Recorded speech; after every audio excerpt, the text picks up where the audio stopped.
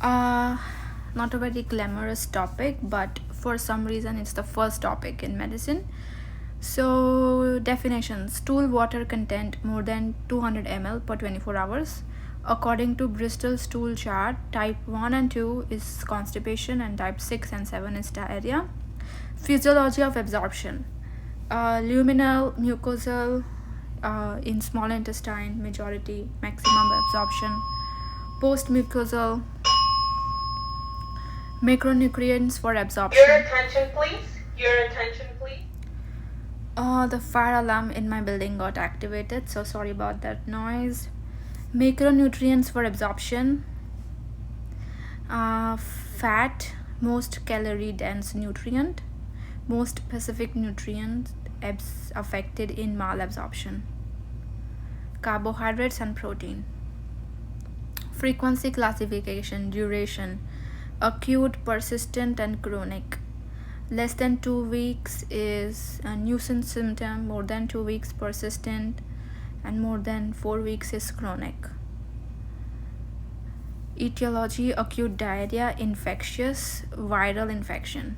Most common in adults, norovirus. Most common in children, rotavirus.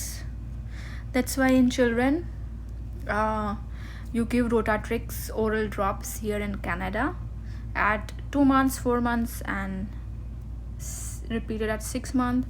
Rotavirus oral drops vaccine. Self-limiting, just have to take care of hydration. Chronic diarrhea. Differential diagnosis of chronic diarrhea: osmotic, secretory, and inflammatory. Osmotic, malabsorption, secretory in tumor and toxin, inflammatory in inflammatory bowel disease.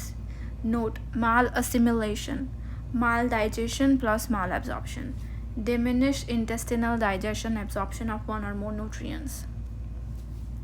Pathological classification: osmotic diarrhea, most consistent clinical symptom of malabsorption is osmotic diarrhea. Steatorrhea, hallmark of malabsorption. Definition: passing of pale, bulky, fatty, malodorous, greasy stools.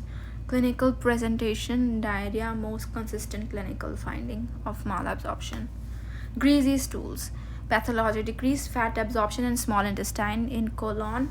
Unabsorbed macronutrients, increased stool osmolality. Osmolality active. Stool draws water from large intestinal epithelial cells. Osmotic diarrhea.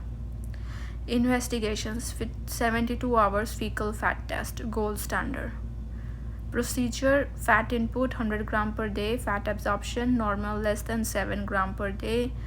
If there is more than 7 gram per day for 3 days, stool fat excretion more than or equal to 7%, it is called steatorrhea. Qualitative stool fat: Sudan 3, Sudan 4, and oil red O. Secretory diarrhea. Etiology: toxins, enterocoli, enterotoxin, E. coli, cholera, heat labile toxin, enteropathogenic virus, rotavirus. Tumors: VIPoma. Diagram, table. Small intestine versus large intestinal diarrhea. So small intestinal diarrhea etiology is osmotic and secretory in enterotoxic E. coli, Vibrio cholera, that acts on small intestine, and large intestine infection, invasive organisms like Shigella, inflammation like ulcerative colitis. Then you can also have reactive arthritis. Okay. Attention. This is Toronto Fire Services. Sorry about that, guys. Someone was cooking on the 19th floor and it just activated the alarm, and the fire department had to come. It's an everyday thing.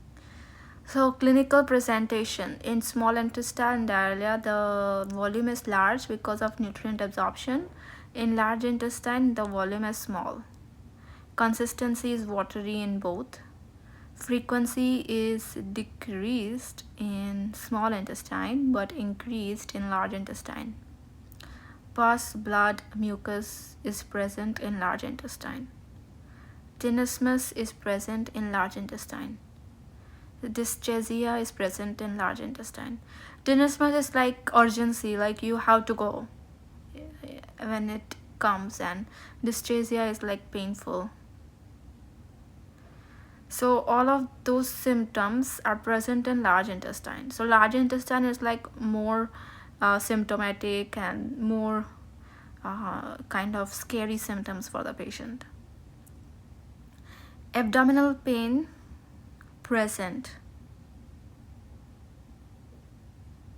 in large intestine.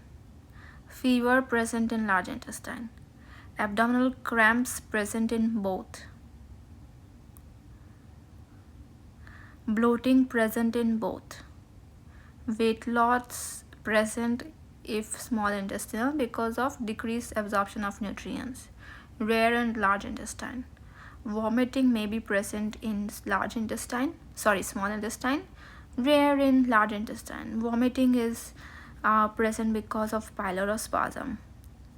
Steatorrhea present in small intestine because decreased absorption, and large intestine it's absent. Approach to diarrhea. Duration less than 2 weeks and more than 2 weeks. If it's less than 2 weeks, then it's due to infection. Then you think if it's due to small intestine or if it's due to large intestine. If it's very large in volume, then it's small intestinal, and it could be viral, most common.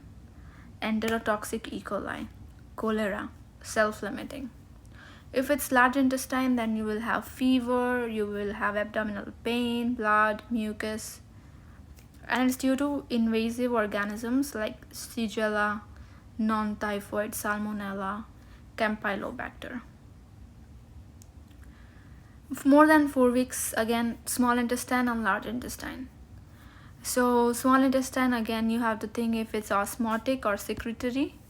Osmotic, you will find increased stool osmotic gap, improves on fasting, and secretory, you will see it's VIP, OMA. Inflammatory ulcerative colitis.